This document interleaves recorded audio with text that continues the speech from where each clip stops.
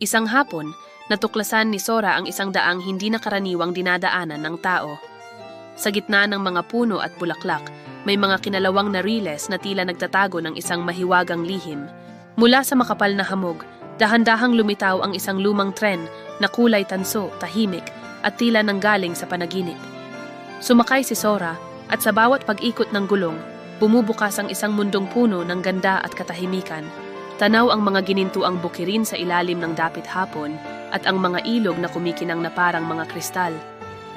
May mga munting nilalang ng liwanag na bumabati sa kanya, isang paalala na hindi siya nag-iisa sa paglalakbay na ito. Pagdating ng gabi, naglaho ang tren sa dilim. Ngunit ang kapayapaang nahanap niya ay mananatili na sa kanyang puso. Minsan, ang pinakamagandang destinasyon ay ang katahimikang matatagpuan sa gitna ng biyahe,